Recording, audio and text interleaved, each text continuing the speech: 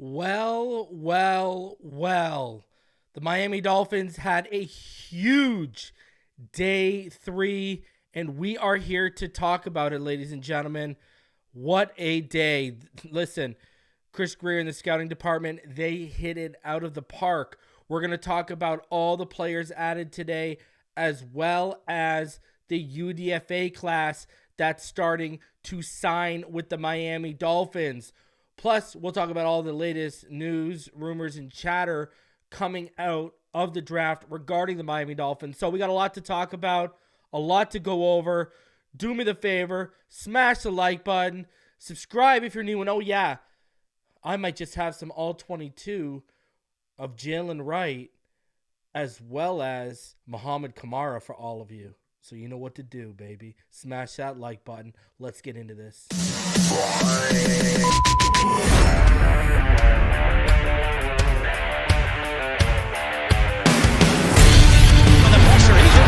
Loses the football. Touchdown! Got it! You have got to be kidding me. Jaylen Waddle has a Dolphin touchdown.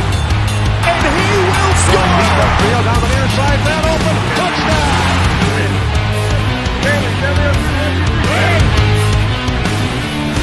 The run from Tua Tagovailoa. Touchdown! He's going deep. He's got it for the touchdown again.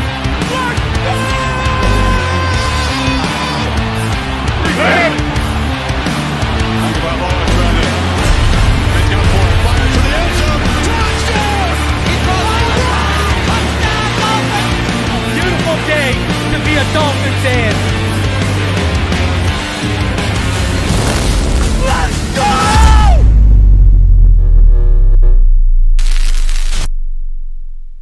What is good, Fin Nation? What's good? It's your boy Reason. We are back here for another one, which is going to be an absolutely jam-packed show. I'm telling you, man. I got all 22 of our first 2 picks. You know, I had time to put together some highlight packages when I got home of them with my all 22. Now, Malik Washington, Tahj Washington, and Patrick McMorris, the rest of them, you're going to have to wait for those prospect profile videos that I do on every draft pick every year, and I'll have all 22 for you. Anyways, with Mohamed Kamara and with Jaylen Wright, I'm going to have even more all 22 for them when I do my prospect profiles. So we got a lot coming regarding these prospects for you guys over the next couple weeks. So, man, be on the lookout for those. So, because, you know, everyone knows I'm going away May 10th. I'm going to have it set up. So there's going to be some content dropping while I'm out of the country, all right? So I'll be making sure that y'all are taken care of, all right? So listen, man, we got a lot to go over today. And I'm going to tell you right now, I'm going to appreciate each and every one of these donations y'all want to throw my way. Because here's the deal. You know, with all 22, I usually get demonetized. So shout out to Hammer. And I got about 5 minutes of Mohamed Kamara. And I got about 5 minutes of Jaylen Wright. So 10 minutes of all 22, chances are high where your boy's getting demonetized tonight. But hey, never let the content suffer for the almighty dollar, bro. Y'all deserve the best. I give you the best when it comes to the draft. Hammer says, if Caleb is like Mahomes and we got so much more out of Hill, how much more should we get out of Tahj, Washington, Debo 2.0? I'm telling you. Well, first of all, Caleb is not Mahomes. Let's kill that narrative right now. Nowhere. That was just the hype train of the draft. He's not Mahomes. I'm not here to. I'm not getting on board with that. But I like to listen. I'm gonna tell you this right now, Hammer. I'm doing my grades show tomorrow. I'm gonna, as I do every year, I will grade the entire draft and the entire UDFA class for you guys. Okay. I'm going to tell you this right now. We're going to go over the UDFAs that have been added up until this point tonight. Don't worry. We're going to go over all that and the draft picks. Haters are going to be mad with this draft class grade I'm about to give tomorrow. Before I went live, I was kind of going over the grades in my head.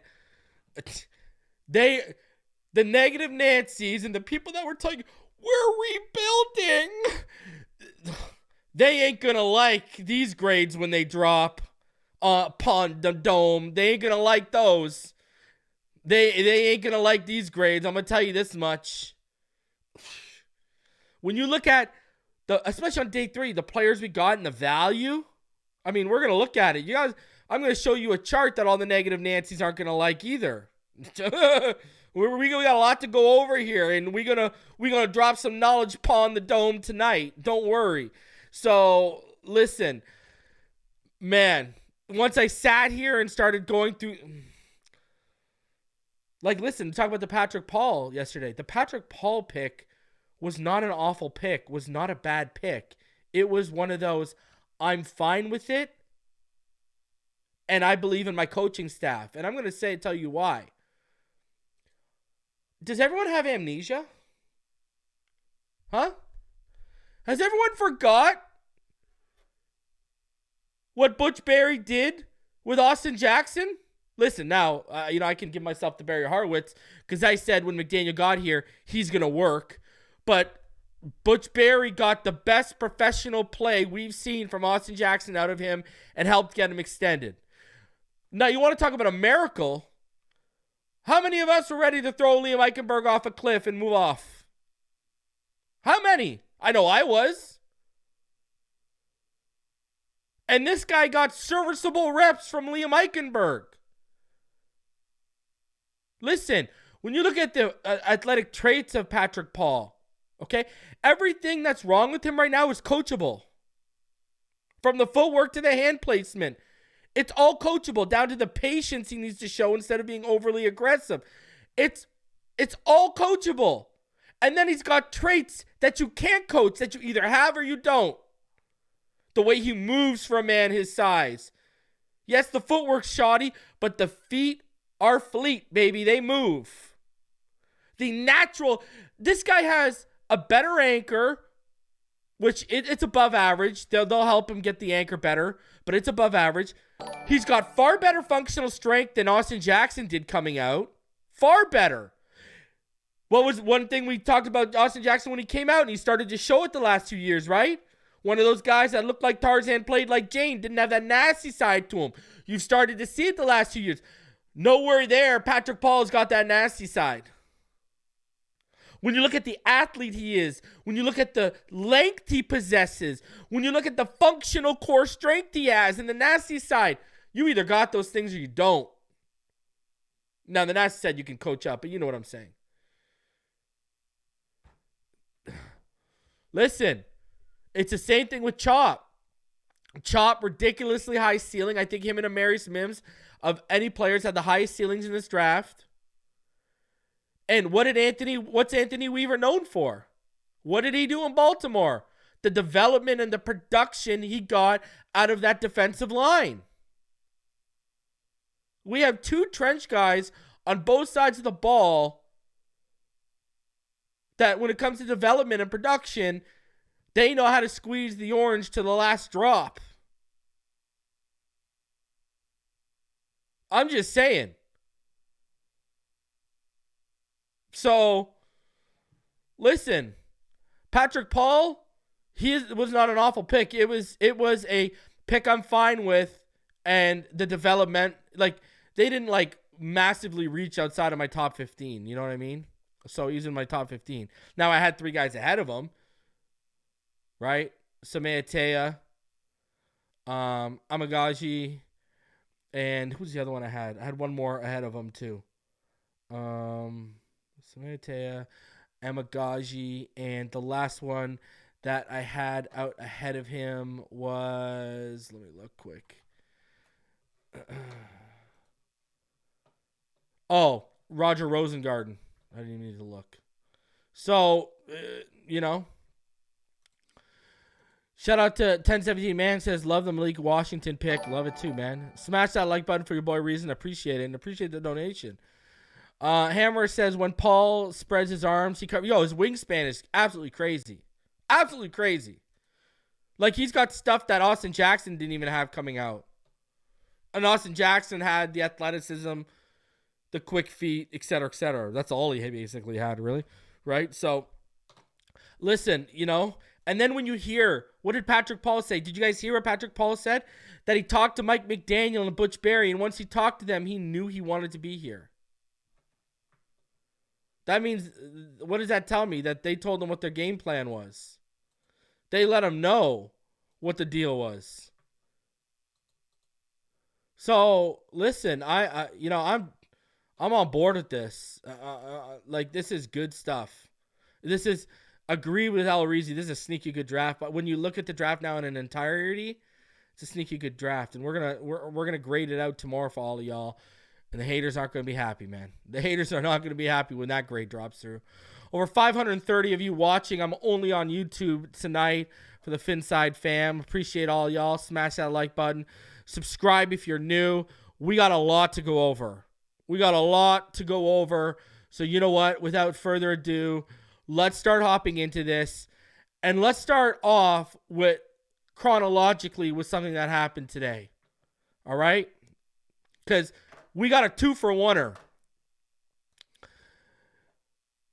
At about 1 o'clock p.m., while your boy was out, because I didn't expect us to pick around 2, the Dolphins did what me and Mr. Ballgame talked about them potentially doing yesterday. What did we discuss? I said they've got the ammo of third-round picks next year to move up into the 4th. That's what I said, right? I even tweeted out a moving up into the 4th, and Ballgame said, yeah, I don't see them waiting around until 158 either. And what happened? They moved right up into the 4th. You know what's even better?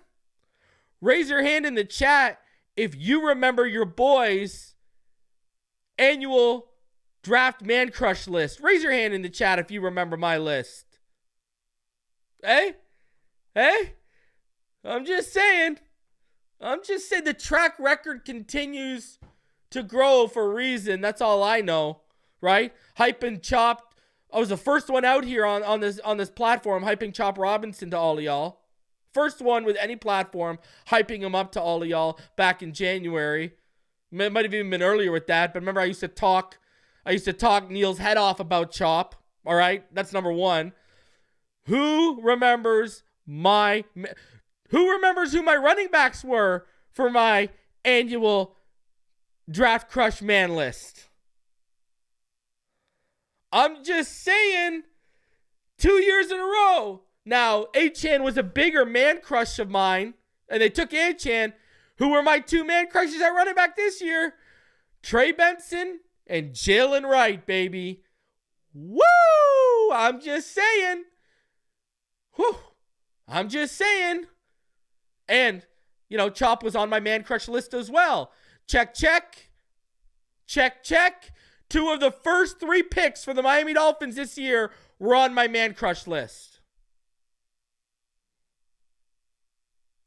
Just saying. One of our 2 top picks last year, man crush. Right? 2021. Top 3 picks, Javon Holland, man crush list. I'd been talking about him for like a year before we drafted him. Start watching the list, baby. I'm just saying. Because I'm like Chris Jericho out here from a couple years ago.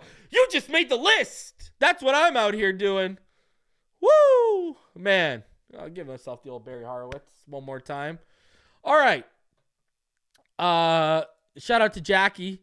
Says, appreciate the work you put in, Reason. Listen, I appreciate you appreciating the work. How's that? Appreciate you, Jackie. Thank you very much. Raphael says, Reason, I believe the Dolphins got the steal of the draft by taking, Mohamed Kamara, Malik Washington, and Jaylen Wright should not have been the board. Should not. I had Jaylen Wright going in the 2nd. I had Malik. I thought Kamara would be off the board in like the 3rd. Maybe he sneaks into the 4th.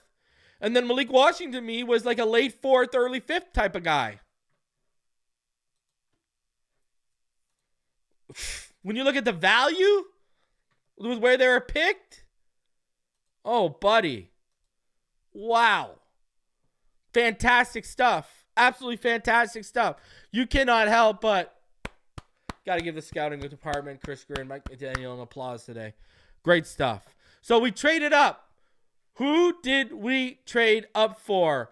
Well, the Dolphins, they traded up into the 4th round, pick 120, and they took Jaylen Wright, running back out of Texas. Absolute monster. Absolute monster. When I tell you monster. How big of a monster? Well, I got about 4 minutes and 21 seconds of clips for all y'all. So let's rock it so you guys can watch this man in action while I serenade you with what I think about the kid. How's that sound? All right. Listen, when you talk about Jaylen Wright, you are talking about a stud. All right. You are talking about a kid who he's got all the ability in the world. An explosive athlete with quick feet who can cut on a dime and takes good angles consistently. Home run threat. That 4.38 40 time shows up on film. The guy is super, super elusive when you break it down. Super elusive. All right? You had Wright making defenders miss, and it's littered all over his film. I mean, you look at the way he finishes in the red zone. Go watch 2020. Go watch how they were using him in 2020. A lot of 1 and 2 yard situations, and he was finishing it off. Wright is a physical guy who can finish it off. All right? Runs strong. Good center of gravity. Very good center of gravity.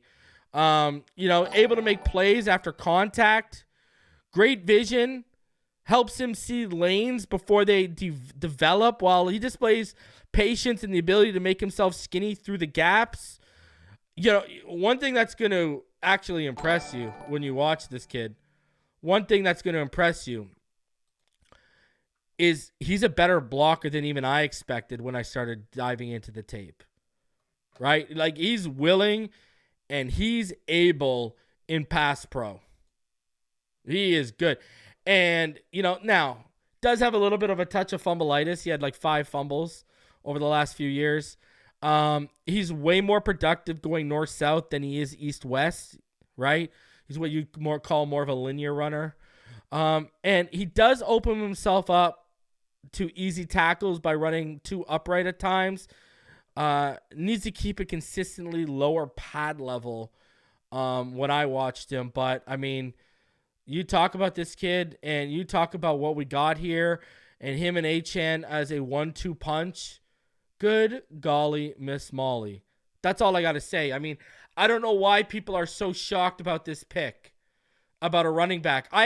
He was my running back 3. Him and Trey Benson was 2, he was 3, and they were both man crushes. I actually liked Wright games better, and it was funner to watch Wright. But Benson is awesome too. And I had Jonathan Brooks 1 because I knew Jonathan Brooks would go. Listen, this kid, or did I have, I don't remember my rankings, but I know they were the top 3. I know Jaylen Wright was the 3rd for me, and then I had Benson and Brooks in the top 2. But, I mean, Mostert, Wilson, they're gone after next year. This tells you y'all are more in love with Chris Brooks than they are, right? I mean, like, you're talking about like a legitimate home run threat they just added to an already home run threat, an already running back stable full of home run threats. So, listen, this is, again, Achane and Wright as the future for the next 3 seasons. That's a dynamic backfield. And when you add in Mostert for this year with them, my God, that oozes undeniable speed and undeniable game-breaking ability. Man, I don't know how you can't be excited about this kid. Is special, man. I didn't think he'd get out of the 2nd round. I really didn't think. And what did I talk about with Dante Cullinelli and Ryan Roberts this past week? What was I starting to push the last 2 weeks? I think they're going running back on day 3, 110%. And who would have thought they would have taken someone this good would fall in their laps at 120? Wow. And if you want to look at the type of athlete Jaylen Wright is, look no further than his Raz. I mean, you're talking about a guy who elite levels of explosiveness and athleticism to his game. And it shows up on tape. When you put the tape on, it's right there smack dab in your face. You see it right in your face. I mean, this is a absolutely fantastic pick. I don't know how anyone can be mad at this. I really don't. I mean, sorry, I can't get on board. I want to tell you this Raz you're looking at right now, okay? And he didn't even do the agility testing. But I want you to look at this right now, okay?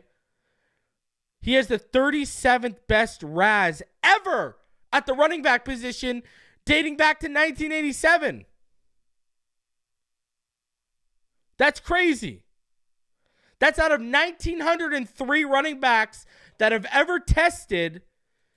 Jaylen Wright has the 37th best relative athletic score. They added a top 2% tester ever at the position. And y'all have already seen Achan in front of you. Y'all have already seen Raheem Mostert. My God. And guess what? Unlike Mostert and Wilson, he can stay healthy. He's 210 pounds, right?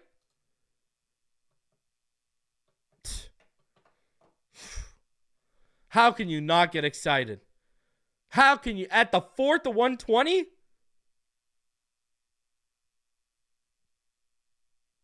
Man, he's a top 50 player in the draft. Top 60, top 50 player in the draft.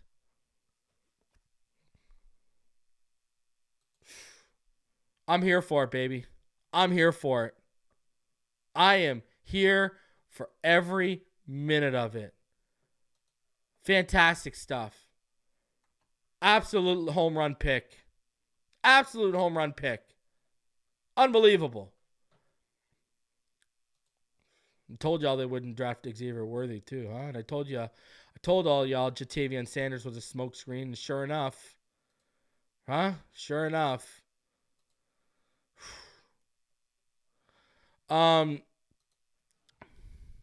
The slot position went from 0 to 60 real quick. Damn straight. Berrios has got some competition. He's over his shoulder going, what's happening over here? Yes, Hallie. D. Barry. I do think technically he's it's really not about who starts, right? It's about who gets the most reps, Like a guy could start on edge and then he could go rotation the next of the game and he's, got almost the same amount of reps as, edge 3 on your team. It's all about who got the most reps. He going to get reps. I'm going to tell you this right now. I don't think Chubb's, the word I've gotten, my Patrons and channel members know this. I don't think Chubb's going to be good to go for day one. I don't think he's going to be back to like November-ish. And then I don't know where he's going to be at when he gets back in November. An injury like that, they don't get back till usually like to their normal selves to like the second season back removed. And we got an out in his contract. And I'm going to tell y'all, adding Chop and adding Mohamed Kamara, not only should Berrios be looking over his shoulders, Bradley Chubb should be looking over his shoulder. And he's someone I've been telling all y'all, I think they're going to draft guys and move off of him. And sure enough, after today, Bradley Chubb's looking over his shoulder. I'm telling you right now. He's going to be in the rotation. I think you'll have Phillips back for in September. But I think it's going to be Phillips, a healthy dose of Phillips, Shaq, Chop, and Kamara. And if Phillips ain't ready to, what does this also do? This also pushes not a ton of pressure on Phillips and Chubb to rush back. So I love the Kamara pick, man, especially where it's at, man. Are you kidding me? Shout out to Sean, $50 bomb. Appreciate you, Sean. He says, keep up the great work, Reason. Fins up. Appreciate you, sir. I appreciate you. Thank you for the donation, my friend. I appreciate that. All right, so let's keep it rolling. Now at the pick they originally had, the Miami Dolphins didn't move off of this either, which you got to love. At pick 158, round 5, Mohamed Kamara from Colorado State, my God. I'm just saying, you watch that film. I'm telling you. And you want to see some film? Here we go. 5 minutes of Mohamed Kamara for each and every one of you. Watch him wreak havoc while I tell y'all exactly what I think of this player. All right. So with Mohamed Kamara, I mean, you're talking about a great athlete, explosive first step, good short area burst, gets out of his stance quickly, converts speed to power very, very well, and it's all over the film. I mean, you're talking about a guy, this guy has an NFL-ready body, plays with NFL level functional strength.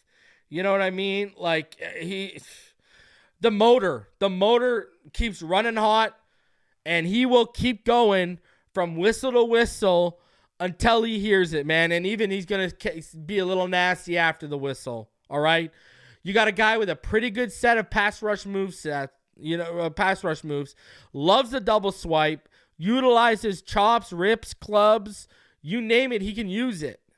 Now, the reason why he's so effective with those is because his hands are massively violent. Like, they are violent, they are active, all right? You talk about a guy in pursuit, high level pursuit ability with him. You talk about the physical aspect of the game. I mean, this guy eats, sleeps, and breathes the physical aspect of the game. Absolutely lives for it. All right. Man, he's just so disruptive. And he's so good. You're seeing the highlights right now of the Colorado game. That Colorado game, he was a problem. Like, he was a consistent problem, man. So now, to me, better pass rusher than run defender. I think a reason why he probably fell is he doesn't possess ideal length to his frame and for the position.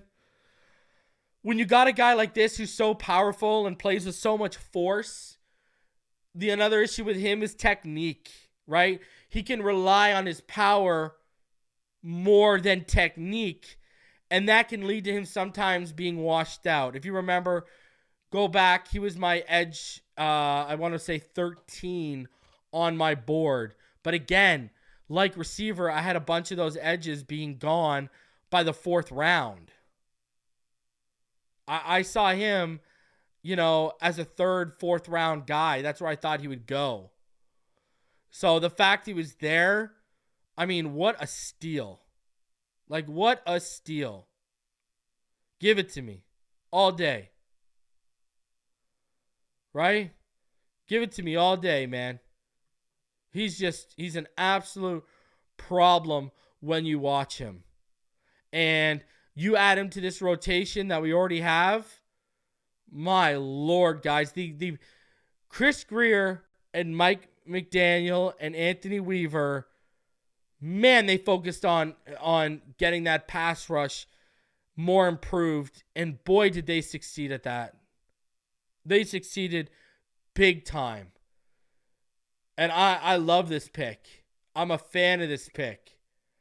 And I think we're going to get a contributor due to injuries alone right away in year 1. And, moving forward, I do think the staples in 2 years of this pass rush are going to be Jaylen Phillips, Chop Robinson, and Mohamed Kamara. I truly do believe that. Bradley Chubb, tick, tick, tick, tick, tock. The days are counting away, and, there's a number to them. You better come back in October, November and be the exact guy you were before you got hurt, or that first out hits this next offseason. And if Kamara and Chop Robinson continue to develop under Anthony Weaver in a positive form, it's going to be good night and good luck. And I expect it. We've talked about Anthony Weaver's track record. Go look at what he did in Baltimore with that defensive line. So we got 2 NFL-ready pass rushers who still have ceilings to reach in their game. Obviously, Chop's much higher than Kamara, but neither one of these kids is maxed out, right? Neither one of these kids is a finished product. And you look at what they can already do coming into the league, man, how can you not be excited? How can you not be excited to see this go? Now, when you look at his RAS, you know, he's a good athlete, right? He's explosive, you know, elite speed to his game, right? The guy's 248, ran a 4.57. Good God almighty. All right. Now, you know, again, hand size just under 8 3/4. The arm length, obviously, only over 32 1/4. So the length isn't, you know, the best ever. But, I mean, when you look at what he can do, and when you look at where they got him, and when you look at the ceiling he still has to attain, that is a very high value pick for the Miami Dolphins. I'm a fan.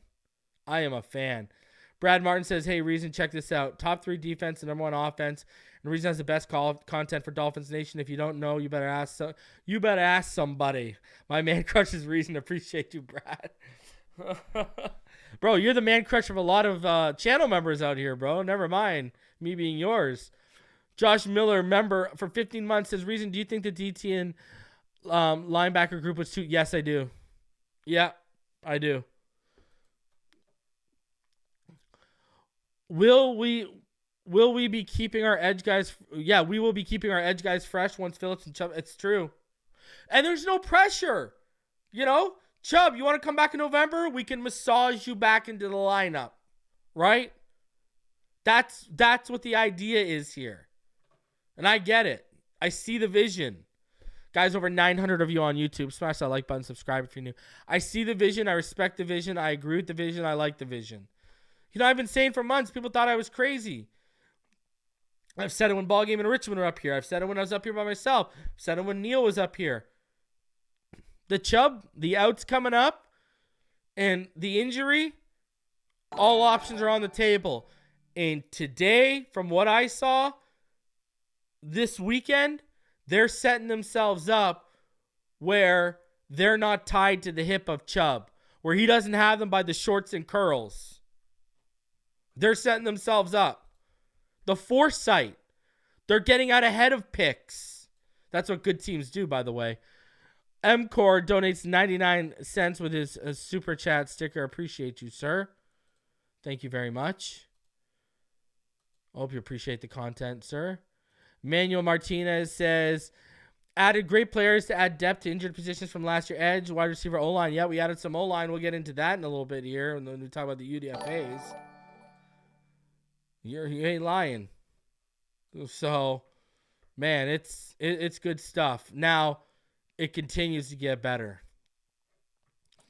The Miami Dolphins had one of the steals of the draft. Round 6, pick 184, they added Malik Washington. I mean, the consensus boards had him at about 90. I had him as a late 4th, early 5th. And we got him like a round and a half later than that. Now, Christian Mahogany was still on the board, but I think the medicals, that's why Mahogany went so freaking late, I'm pretty sure that was the medicals, for all y'all wondering, right? But when you look at, I mean, he's coming off a 1,400-yard season and had 9 touchdowns last year, only 3 drops on 110 receptions. Like, you know, like Malik Washington is no joke. All right, first team all ACC too, led the ACC in receiving last year too. Now he was a guy who transferred from Northwestern to Virginia.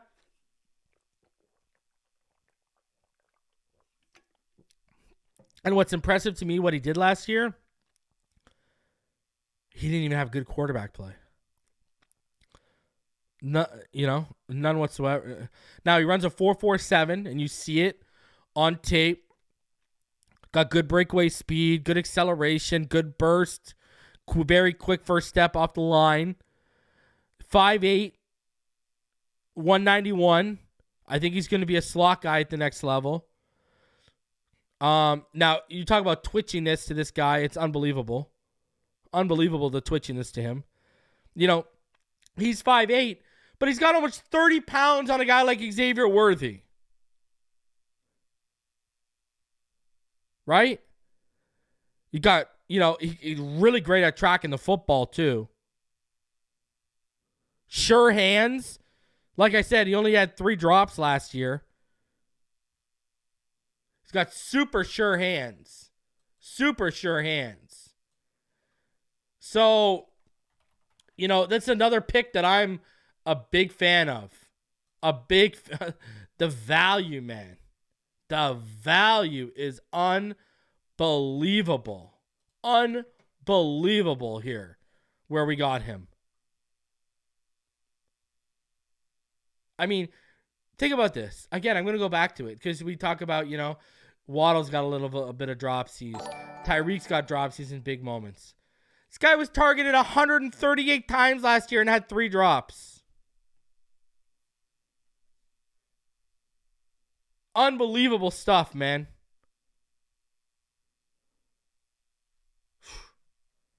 This is a good player right here. What a pick. What a pick. I mean, when you look at his RAS, obviously he did poor in size, right? But he still benched 19 times, right? Look at his bench. He had 19 reps on the bench press. Elite explosion grade. 42.5-inch vertical. 10-foot 6-inch broad. Crazy 3-cone number, too. Good 40-yard dash. I mean, he's a really good athlete. And this is a guy who he can return. And as well, Berrios. Uh-oh. I'm just saying, Berrios. You got a guy right here who he could be breathing down your neck right away for that slot position. So I'm a fan of this pick. I'm a huge fan of this pick. Where they got him, wow. Now, we'll see how he continues to improve. But under Wes Welker, I like it. So he can contribute to the return game. He can be an impactful slot player. I'm a fan.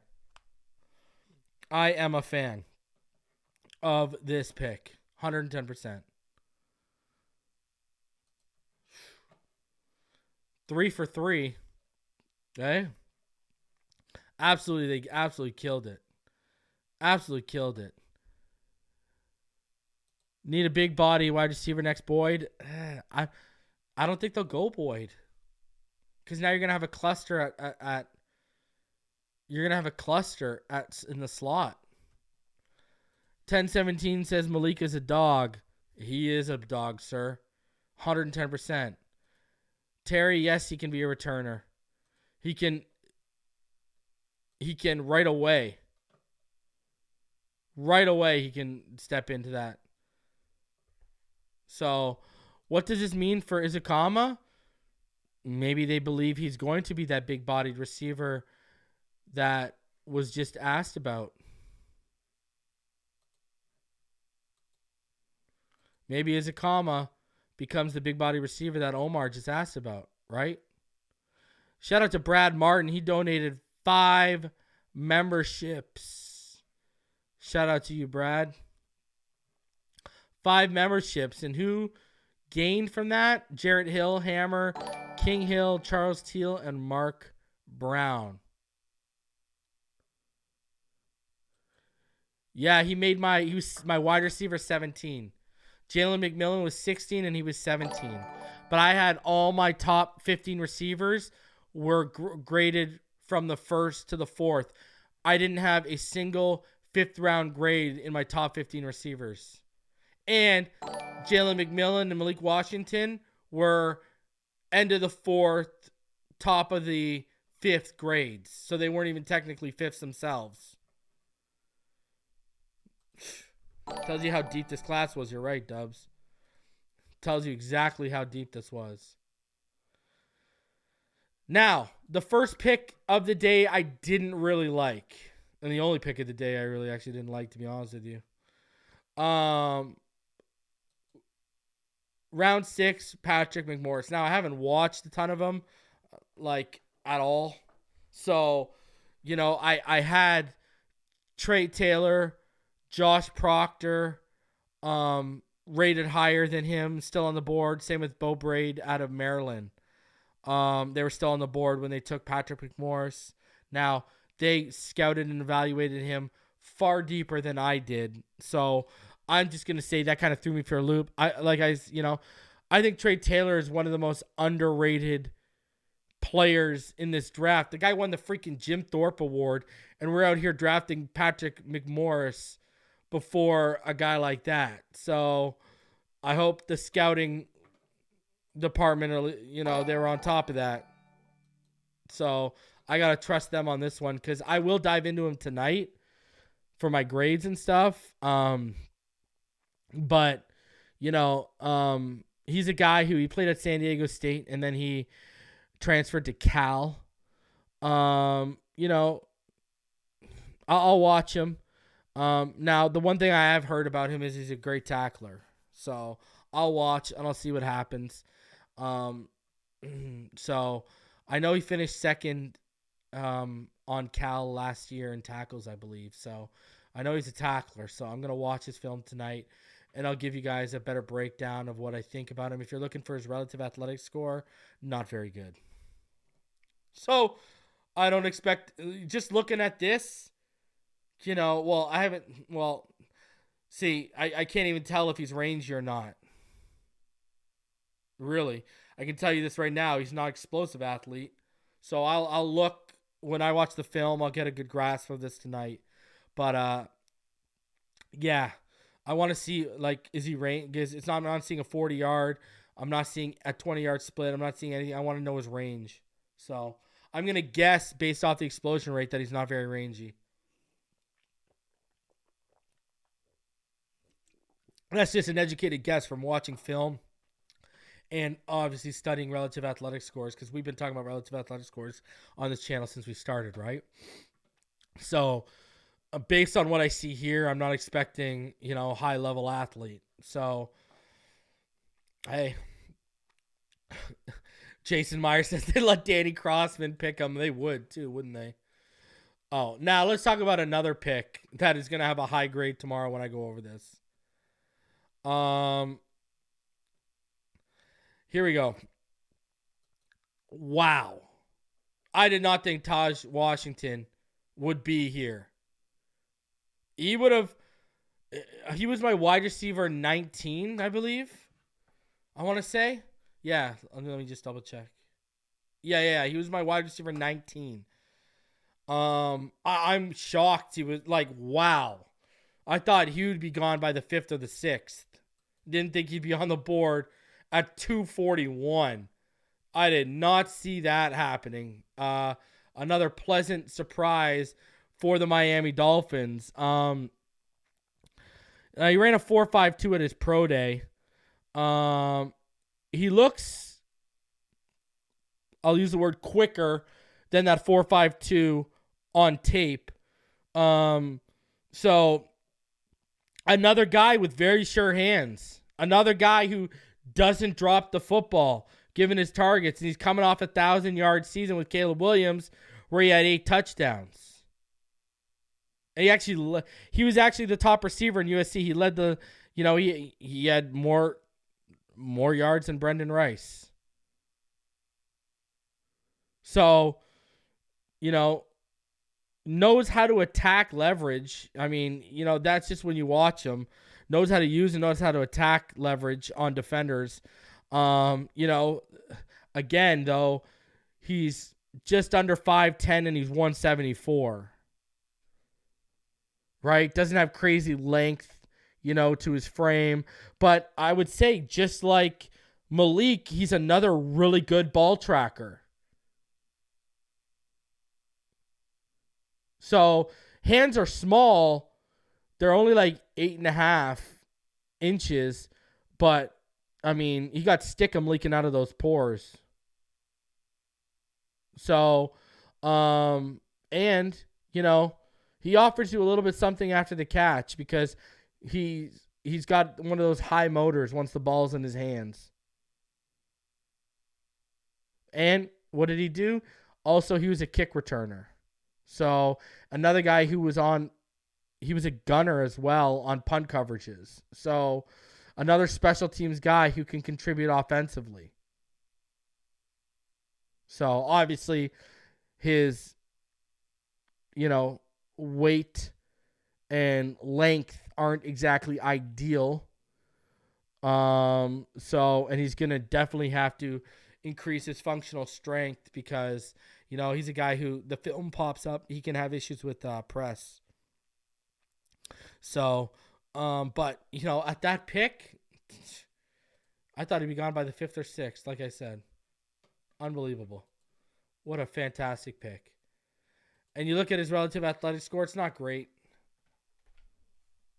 Right? It's not great. He's, it's good. He's a good athlete. That's the word you could use. Good athlete. But you look at the size grade, yeah, it's poor, right? So, but I think this is a guy who's going to contribute on special teams right away, and who is going to offer you something in terms of he's going to be battling, for those 5th, 6th, 7th receiver spots, depending on how many we carry this year. So, yeah, good pick, man. Good pick. Love it. The high value, man. Like, that's a guy who should not have been on the board at 241. All these guys. Kamara shouldn't have been at the board at 158, and Wright shouldn't have been on the board at 120. And Malik should not have been on the board at 184. So, all right. Now, before we got 2 more things to cover regarding the draft before we start to get into the UDFA class for all of you. We're going to have a lot to go over here just with the UDFA class alone. All right. So let's start off and let's go into the post day 3 presser notes because there's some interesting tidbits here. Now, remember, when they talk about receiver, it was before the Tahj Washington pick was made, and we'll see. All right. So, moments after selecting California safety Patrick McMorris in the 6th round on Saturday, Chris Grier and Mike McDaniel discussed a day in which the Dolphins added 4 highly productive college players, and he suggested the Dolphins would continue exploring veteran help in free agency. McMorris, who had 6 interceptions and 23 passes defended over the past 3 seasons, was Miami's 2nd pick in the 6th round. The 6-foot McMorris spent his first 4 seasons in San Diego State and last year at Cal. 14 spots earlier, Miami took receiver Malik Washington, who led the nation with 110 catches last year. Earlier in the day, the Dolphins traded up for Tennesse running back Jaylen Wright in the 4th round and drafted Colorado State edge rusher Kamara in the 5th round. Wright was 2nd in the nation in yards per carry, average at 7.4 last season, while Kamara had 13 sacks. Grier said he traded up into the 4th round for the running back Wright because of his explosiveness on the field, his toughness. When Mike McDaniel started watching him, he was excited. Our scouts, too. It was an ability to add a good player we really liked, an opportunity we couldn't pass. Having 2 likely compensatory picks in the 3rd round of the 2025 draft made it easier for the Dolphins to trade its own 2025 3rd rounder to Philadelphia in exchange for the 4th round pick used to select Wright. They gave us some flexibility to move around, Grier said of the compensatory picks. Grier and McDaniel addressed other issues. Grier said, "We were kind of surprised that Kamara was there and marveled at how physical, how fast he is. He's relentless, his motor, you feel the passion in him. He's very prideful, feels he's better than some people selected in front of him." Asked about the notion that the team's 1st and 2nd round picks were more development players, Grier said, "We don't worry about what other scouts and other people say. We're still trying to win this year. This is not about winning 2-3 years down the line." So there you go. Mike McDaniel, the part of Malik Washington we like the most is there are some players in that room he will have to compete against, and we identified him as a person who would be up to the challenge. Asked about free agents Odell Beckham Jr., Tyler Boyd, and Dalton Risner specifically, Grier responded, "We're always looking to have more competitive roster, the most competitive roster we can. We will keep looking post-draft and talking to people and see what happens." Pressed on Boyd, Grier said he spoke to Boyd's agent earlier in the process. The Dolphins hosted Beckham on a visit earlier this month, but the sides haven't been able to come to terms on a contract at this point. Those are the two top receivers left in free agency. Risner is arguably the top guard remaining in free agency. There's been contact between the parties. On the 6th-round safety McMorris, Grier said the coaching and scouting staff encouraged the Dolphins to get this guy. Plays hard. We feel good about where he is in his development and competing for a spot. Grier, well, I mean, he's only got to beat out Elijah Campbell. Even still, you need him on depth. Grier and McDaniel had no significant update on free agent center Connor Williams. He reportedly might sit out 2024 after a serious knee injury in the Titans game, but he has never said that. McDaniel said Williams is spending time with his family and getting his body right. Miami signed Tennessee free agent Brewer to be their center. There you go. More confirmation right there. He's their center. I kept telling y'all they weren't taking JPJ in the first. No one wanted to listen. Grier and McDaniel declined to offer the projected timelines for Jaylen Phillips and Bradley Chubb. Grier spoke about the team's final pick, which is 241st overall. Grier said Tua Tagovailoa's brother Tahj is on our board. Grier said the Dolphins had 140-something players on their draft board. So there you go. There you go. That is the latest. I mean, he admitted to checking in on Tyler Boyd, and it sounds like they are going to circle back around to it. I think they're going to circle back to the guard. I think they're going to, those veteran guards they told to sit around and wait, they're waiting for that $18 million to clear up. You know, I start thinking in the back of my head, and maybe I'm nuts. Patrick McMorris and Elijah Campbell, that's who we're leaning on at safety position. Are they going to, when that money clears up for X, are they going to try and sign Justin Simmons on like a 1-year deal?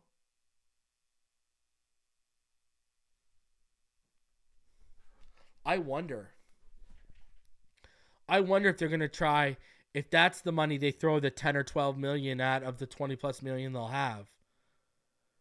I wonder if that's the money they'll throw the position at. And say, hey, come here, play for us, and you'll have a chance to get your money up after this year. We want to re-sign and extend Javon Holland. I don't know, because we need three safeties. We need three safeties that can start.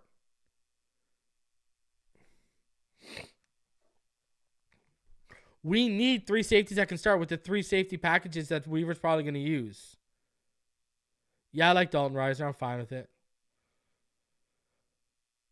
I don't know, man. I'm just sitting here wondering. I'm thinking out loud to all of you. Are they going to splash at safety? Big Nick says it's OBJ. Maybe. But then who are you carrying? You'd be carrying Tyreek, Waddle, OBJ, Berrios, Malik. They just drafted Tahj. They love River Craycraft. What happens to Eric Izakama?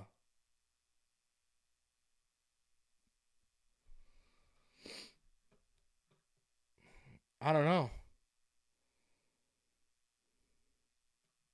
I mean, you won't see me crying if they sign OBJ. Let me say that.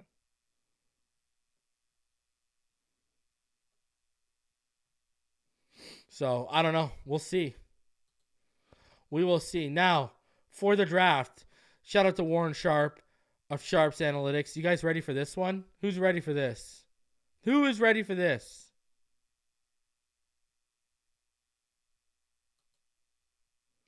Most valuable draft classes. The Miami Dolphins have the second most valuable draft class by the standards of Sharp Analytics and Warren Sharp. Now, what's the methodology to this? Right? What's behind all this? Well, this is basically, what they've done is consensus mock drafts, right? So they're taking what the consensus pick value of these players are compared to where they were actually drafted. And I'm talking about like mock drafts of like the best guys in the game. So they took the consensus of, okay, this guy keeps landing here. Okay, he's 90th overall. Where'd he get picked? Right? So what they're doing is, consensus big boards and consensus mock drafts, right? They're using big boards and mock drafts from all the big people in the industry, and then they're finding the average of where these players are getting drafted or what their average draft position is, and they're putting it up against where they were actually drafted. So they're basically assigning draft capital to each pick by using those consensus mock drafts and consensus big boards, and then comparing that to the actual draft capital used to draft a player at a particular point in the draft. So it's,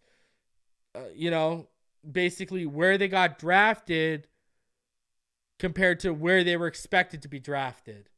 And when you look at that, the Miami Dolphins, if you look at what the consensus was media-wise to where players were valued or where they should have gone in the draft to where they actually went, the Miami Dolphins got high value. And look at the AFC East.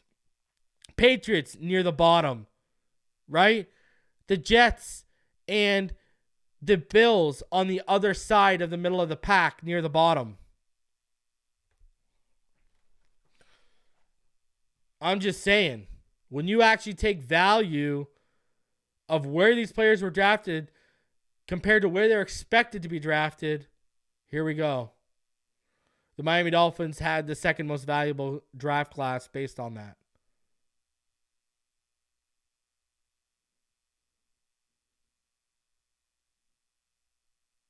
Look at the Steelers. A lot of people in this fan base wanted a lot of the picks the Steelers have, and they were right.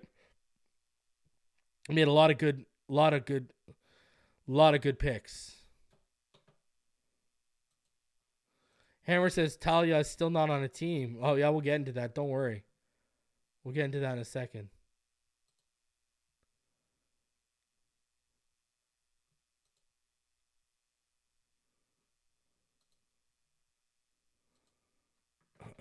We'll get into that in a second. Don't you worry.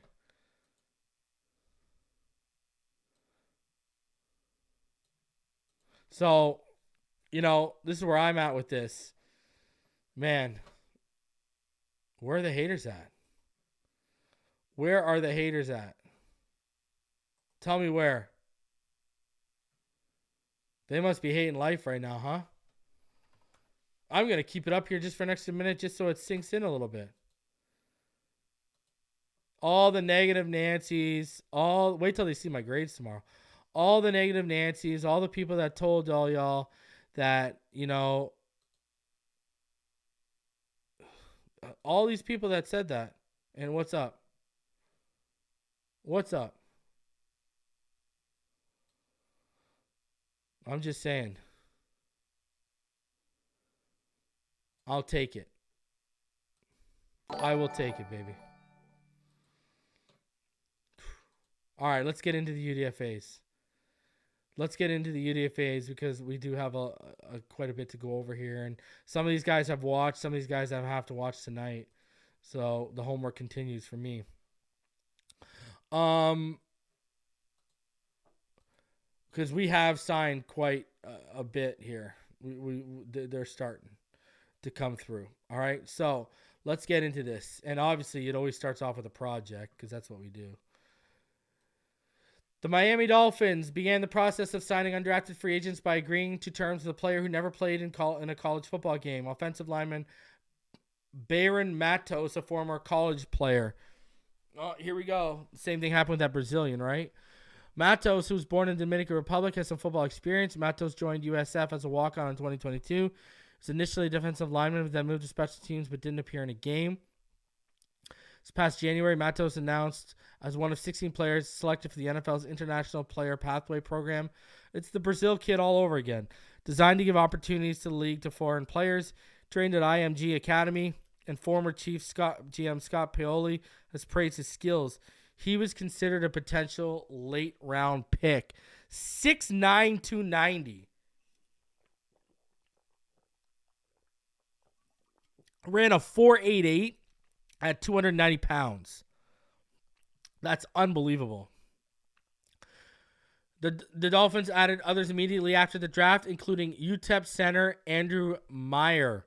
He got $75,000. I gotta watch more Andrew Meyer. I haven't watched a lot on him. That's just I just didn't have a chance to. I'll be honest with you. I don't watch a ton of UTEP in general, right? So, you know, it is what it is. Don't ever let it be what it ain't. Now, I did watch one player at UTEP. I just wasn't watching them, and we'll get into that. Then, after that, the Dolphins signed TCU safety Mark Perry, who had interceptions for Colorado in 2021 and 142 tackles and 6 passes defended at TCU over the past 2 years. He ran a 4.37 in the 40. He's 6 foot, played 3 seasons at Colorado and the past 2 at TCU. Had 15.5 tackles for a loss, 2 sacks, 3 interceptions, and 10 passes defended over 5 college seasons. So a little playmaker ability, a guy who I'll be diving into tonight to see what's good with him. You know what I mean? So now there are some players on this list that I did watch, and Grayson Murphy is one of them. Remember, I had great Gabriel Murphy on my big board, my Edge big board. Grayson Murphy is actually his twin brother. So he agreed to a deal with the Dolphins. He chose the Dolphins over multiple offers. He didn't work out for Miami. He had 8.5 sacks, 5 sacks, and 5 sacks over the last 3 years. Obviously, his brother made my big board. He did not. I do have his brother rated higher than him. Now, he would have been around my top 20 if I would have went even further out. All right? And when you watch him, quick off the line, quick first step, he's a decent player. He's got some twitch to that body. He's got pretty active hands. So, and those hands, they can get violent at times. So, and he's got decent functional strength at the point of attack. Another high motor player. He's got a very high motor. Now, he had 5 sacks in 2023. He had 5 sacks in 2022. And he had 8.5 sacks in his last season at North Texas. So, he's a pretty good athlete too. He's definitely not a bad athlete by any stretch of the imagination. So, but I think, he's going to be in the pass rush rotation if he makes the team. That's for sure. The next one for them, they signed FAU receiver Jaquan Burton. I have not watched Jaquan Burton. So, he caught 24 passes for 277 yards and 2 touchdowns last season. He had 84 catches for 1,277 yards and 9 touchdowns in 3 seasons at FSU. Now, a kid who I have watched, I watched 2 games of this kid.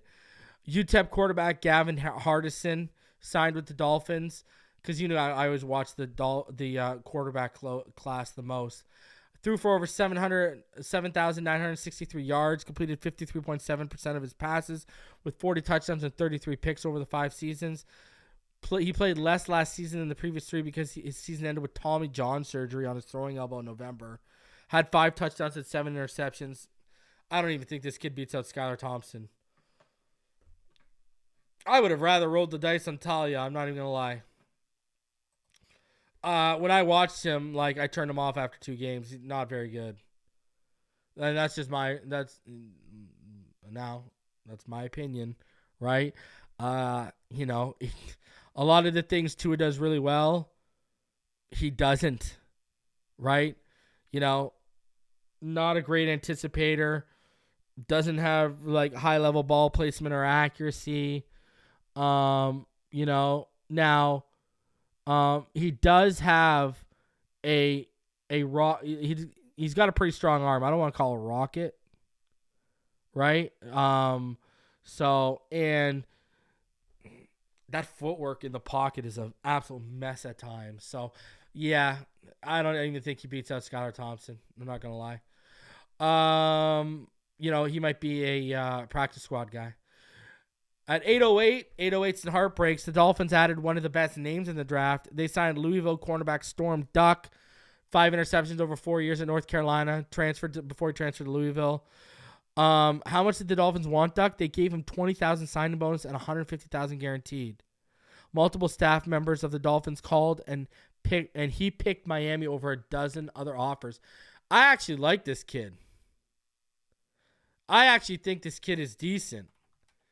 Like, I'm actually I'm low-key a fan of this. Like, I think he makes the roster. I think he's got a decent shot to make now, the reason why I watched a lot of this kid was because, like, he would have made my top 20. I released my top 15 big board for patrons and channel members only. Then go see it. But if you go look at my big board, you'll notice at number 11, I had a guy named Jarvis Brownlee. Because I watched a ton of Jarvis Brownlee, I watched a ton of Storm Duck. And so, yeah, like, this kid's decent. This kid is, I think he's actually got a shot to make the roster. And then you look at the guaranteed money, and the guaranteed money tells you he's got a shot to make the roster. You know what I mean? So, I mean, he runs a 4.4 240, 2.53 20-yard shuttle, 1.55 10-yard split, 39-inch vert, 11-foot 2-inch broad jump, 4.25 short shuttle. You know, he did 17 reps on the bench press. You know, so listen, I think he's got decent instincts. You know, listen, you know, I think he's better zone than he is in man too. Now, I think he's a pretty good tackler as well. So the issue with him is going to be the issue with him is going to be he's been injured. In 2020 with North Carolina, he had a lower body injury and he missed 10 games. 2021, he missed 7 games with another lower body injury. Played all of 2022, 12 pass deflections, 3 interceptions, 46 tackles. And then last year, he missed 1 game. He had an injury again. So, you know, he's a good athlete. He's got, you know, he's got a little bit of ball hawk to him.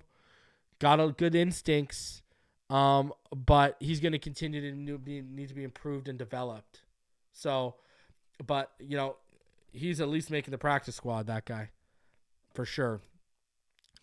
Then they added another cornerback, Isaiah Johnson. He had 59 tackles, a forced fumble, and an interception. I have not had a chance to watch Isaiah Johnson, so I'll have to watch him tonight. Now, he started at Dartmouth, and then he transferred, so I have not had a chance to watch him. Now, the Dolphins, they agreed to a deal with Ohio State guard center Matthew Jones, who started 24 of the Buckeyes, 26 games the past 2 seasons, and was second team All Big Ten last season. Now, I did watch a bit of Matthew Jones. You know, I get, like, I had him as a guard, not a center. So, you know, they added, I guess, hey, you guys got your center help, huh? And guard help. So, you know, with him, you know, he's decently strong. He's a pretty decent mover. You know,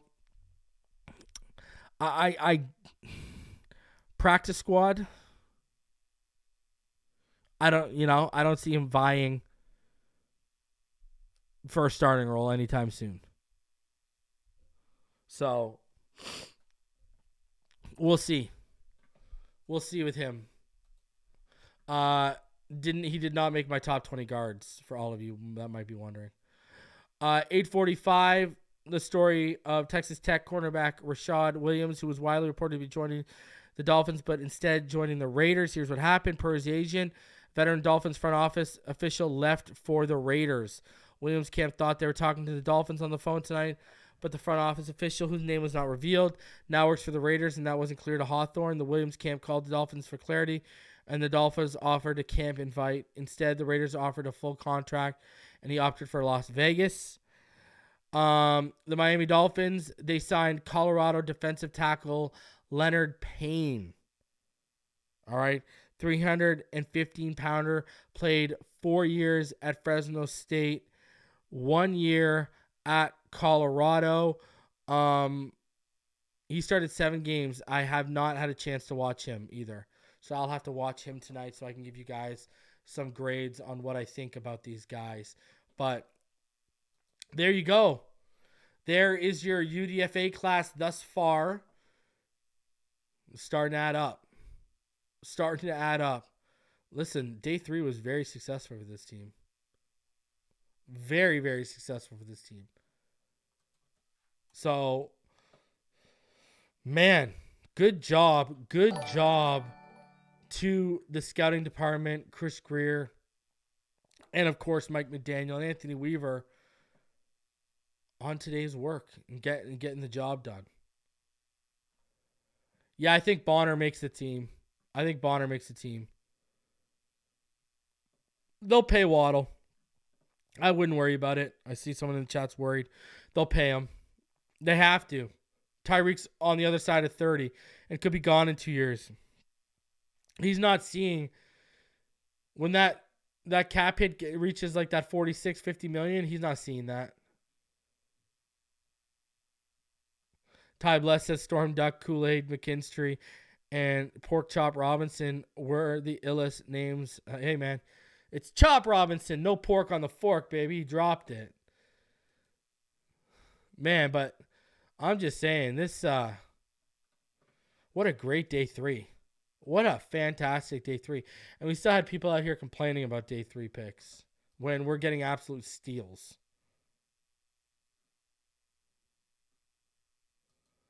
Well, I think Sierra Neal is going to be more special teams. I look at Sierra Neal as more special teams. Right? And think about what Ramsey, boundary. Cam Smith, boundary. Kohu and Needham are nickels. Right? Fuller, boundary, nickel. So there's going to be room for Bonner. For that good of an athlete, there's going to be room for Bonner. And he's already got his feet wet. There's going to be room. There's going to be definitely room for him. Tahj Washington looking like a giant. Yeah, I don't know. I don't know about that. He's also... Tahj Washington isn't 5'11", bro. He's 5'9". He's just under 5'10". He's just under 5'10". But that Matos kid we added is almost 7 feet tall. Ridiculous. That kid, I mean, the first thing you better work on with that kid is pad level. It's going to be so easy for linemen to get under that guy's pads. And I'm not even saying just because he's 6'9", because he's so green, right? He's so new. So... Man, we got almost 900 of you in the room. Smash the like button. Subscribe if you're new. I'm going to be back tomorrow. I'm going to grade out all the draft picks. I'm going to grade out all the UDFA signings we've made, plus the more that'll trickle in. We're going to have a good show tomorrow. We're going to talk about all the latest news that'll be coming out too, because rumblings will start too. So we are going to cover everything even more in depth tomorrow. when I hand out my grades for this draft class and this UDFA class. Listen, I appreciate each and every one of you for coming through. Do me the favor, smash the like button, subscribe if you're new. All of you that donated, love all y'all, especially for a video like this where I had 10 minutes of all 22 and we're probably going to get demonetized. It means the world to me that you guys think that much of my content and appreciate it that much. I love all of you. Thank you for spending these 3 days of the draft with me, but we're not done. We got draft grades tomorrow, and like I do every year, we will get into my prospect profile series where I will profile these prospects for you with deeper evaluations and even more all-22 for guys like Kamara and Jaylen Wright. So get ready for it. The content's coming your way. All right, smash the like button, subscribe if you're new. I appreciate each and every one of you, and I'll see you on the next one. Go Fins, because the cease and desist came. See y'all on the next one. Take